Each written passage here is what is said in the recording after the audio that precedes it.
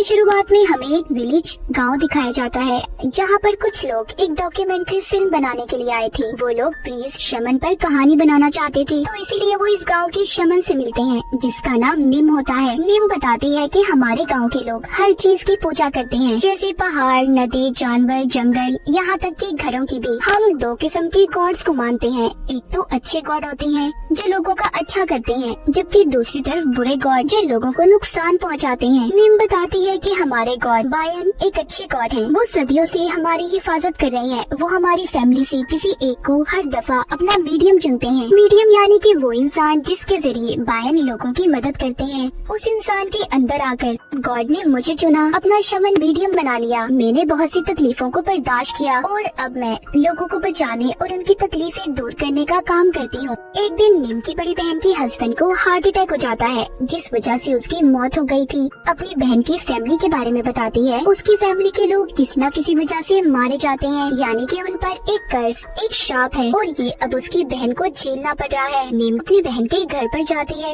अब क्योंकि इसकी बहन की फैमिली में सब मर चुके थे, बचे थे तो सिर्फ उसकी बहन और बहन की बेटी, जिसका नाम मिंक होता है। मिंक का रवैया निम को बिल्कुल अच्छा नहीं लगता, क्योंकि उसे बात बात पर गुस्सा जाता था। एक रात जब निम मिंक को आवाज देती है, उसे बुला रही थी, मगर मिंक उसे कोई जवाब नहीं देती। तभी निम की नजर मिंक पर जाती है, जो लगातार एक अंधी बुढ़ी औरत को घूर रही थी। जब सुबह होती है तो ये सब लोग देखते हैं उस बुढ़ी औरत की मौत हो चुकी थी। ये सब देखकर निम को अपनी बहन की बेटी मिंक के अंदर कुछ अजीब लग रहा था, इसीलिए अगले दिन वो दोबारा अपनी बहन के घर आती है और मिंक के कमरे से कुछ ढूंढने लगी थी। तो तलाशी लेने पर उसे मिंक की अलमारी से कुछ ऐसा सामान मिलता है जिससे भूत प्रेत से बचा जा सकता था। तभी अचानक से मिंक आ गई थी, जिसने उनसे वो सारा सामान ले लिया था और उन्हें यहाँ से जाने का कहती है। ये सब देखकर निम अपनी बहन से पूछती है कि आखिर तुम्हारे घर में चल क्या रहा है, बताओ मुझे, कुछ तो गड़बड़ है। जिस पर उसकी बहन जवाब देती है कुछ नहीं, और निम को अपने घर से जाने का कहती है। और अब निम अपनी बहन के घर से वापस आ गई थी। डॉक्यूमेंट्री की टीम निम से पूछती है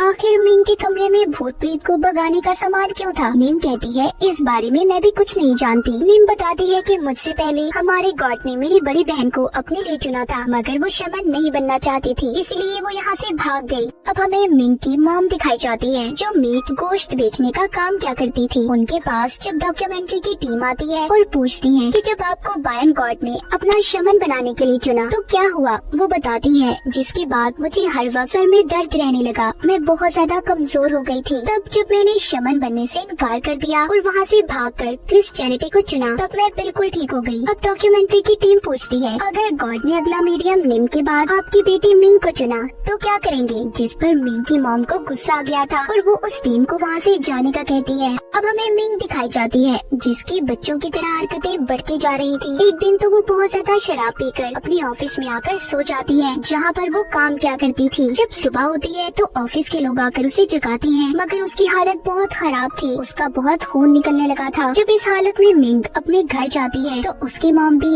ऐसी हालत देखकर परेशान हो गई थी। मिंक की मॉम अपने भाई से जब बात करती है और सब कुछ बताती है, तो उनका भाई कहता है मुझे लगता है मिंक के साथ ये सब कुछ इसलिए हो रहा है, हमारे गॉड उसे अपना अगला मीडियम चुनना चाहते हैं, तुम्हें इस बात की इजाजत दे देनी चाहिए। उधर मिंक के बॉस ने भी उसे ऑफिस से निकाल दिया था, क्योंकि मिंक रोजाना ऑफिस बंद होने के बाद वहाँ पर जाकर गलत हरकतें क्या करती थी, जिसका पता बॉस को कैमरा रिकॉर्डिंग में चलता है। मिंक भी अब इन सब चीजों से बहुत ज्यादा तंग आ चुकी थी। एक दिन तो मिंक खुद को मारने की भी कोशिश करती है, मगर जल्द ही उसकी मॉम ने उसे देख लिया था और बचाकर हॉस्पिटल ले आती है। जब निम हॉस्पिटल में मिंक से मिलने आती है तो निम की बहन उसे बताती है कि मिंक के साथ सब कुछ वही हो रहा है जो तुम्हारे और मेरे साथ हुआ था, जब हमारे गॉड ने हमें शमन बनाने के लिए अपना मीडियम चुना था। सब बातें सुनकर निम कहती है नहीं, ये बायन गॉड की आत्मा नहीं बल्कि कोई बुरी ताकत है जिसने हमारी मिंक पर कब्जा कर लिया है। इन सब बातों के बारे में और पता करने के लिए निम दोबारा से अपनी बहन के घर पर जाती है, तो उसे वहाँ पर आकर एक और बात पता चलती है। जैसे कि हमें कहानी के शुरू में बताया गया था, निम की बहन की फैमिली के लोग बेवजह मारे जाते थे, तो यहाँ पर निम को पता चलता है कि उसकी बहन के बेटे की मौत किसी हादसे की वजह से नहीं बल्कि उसने अपनी जान खुद ली थी। अब ये उस जगह पर जाती है जहाँ पर इसकी बहन के बेटे ने खुद को मारा था। ये उस जगह पर जाकर उसकी आत्मा को बुलाकर पूछती है कि तुम अपनी बहन को क्यों तंग कर रहे हो,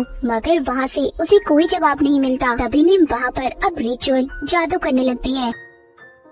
उधर दूसरी तरफ नीम की बहन भी बेटे मिंग को एक प्रीस्ट के पास ले जाती है और पूजा करवाने लगती है। तभी वहाँ पर नीम आ गई थी, जो सब चीजों को रोक कर कहती है, तुम जानती भी हो तुम क्या करने वाली थी। ये सब देखकर मिंग को गुस्सा आ गया था। वो वहाँ से भाग जाती है। वो भाग कर न जाने कहाँ चली गई थी। सब लोग उसे बहुत ढूंढते हैं मगर उसका कहीं पर पता नहीं चलता। जिसके बाद मिंग की मॉम अपने भाई को लेकर पुलिस स्टेशन उसकी रिपोर्ट लिखवाने जाती है। नीम अपनी बहन से कहती है कि उसने बायन गॉड को ठुकराकर क्रिस जेनेटी को अपने लिए चुना था, तो क्या पता हमारे गॉड तुमसे नाराज हो, तुम्हें उनसे माफी मांग लेनी चाहिए जिससे सब कुछ ठीक हो सकता है। क्या पता तुम्हारी बेटी भी ठीक हो जाए। नीम की बहन उसकी बात को मानकर गॉड से माफी मांग लेती है। अब नीम दोबारा से मिंग के कमरे की तलाशी लेती है जहाँ पर उसे बहुत सा गंदा सामान मिला था और इसी की वजह से मिंग का दिमाग गलत काली ताकतों ने कंट्रोल में किया था। अब इस सारे सामान को लेकर नीम उसी जगह पर रिचुअल जादू करती है जहाँ पर उसकी बहन के बेटे ने अपनी जान दी थी। वहीं पर दूसरी तरफ मिंग की मॉम को पुलिस बताती है कि मिंग ने भागकर एक कैब गाड़ी बुक करवाई थी और खुद को एक सुनसान जंगल के रास्ते में छोड़ने का कहा। वो गाड़ी का ड्राइवर जब उसे छोड़कर जाने लगा तो उस जगह पर हर जगह मिंग ही दिखाई दे रही थी और ये सब कुछ उस गाड़ी के कैमरा में रिकॉर्ड था।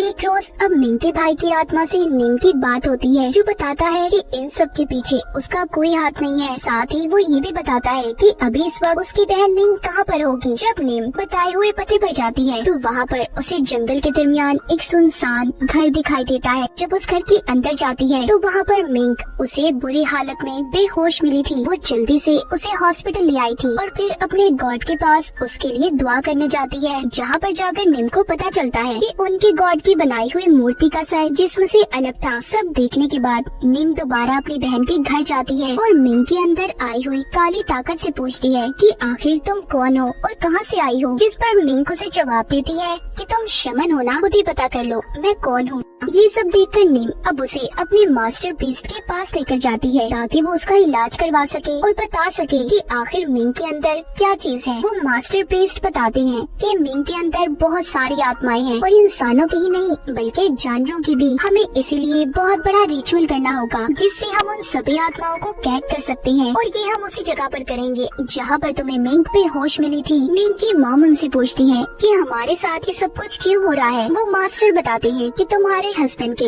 दादा पर दादा ने बहुत मासूम लोगों की गर्दनों को काट दिया था और ऊपर से फिर तुमने बायन गॉड को ठुकराकर उस इंसान से शादी कर ली जिसकी सारी फैमिली पर कर्ज श्राप था और अब इन सब चीजों का असर साफ तुम्हारी बेटी पर नजर आ रहा है। नीम अपनी बहन को समझाती है कि हमें कुछ तो करना होगा। नीम की मॉम ये सब बातें डॉक्यूमेंट्री टीम को बता रही थी। वो आगे बताती है कि जब मैं सुबह को उठती हूँ तो मेरा सारा घर बिखरा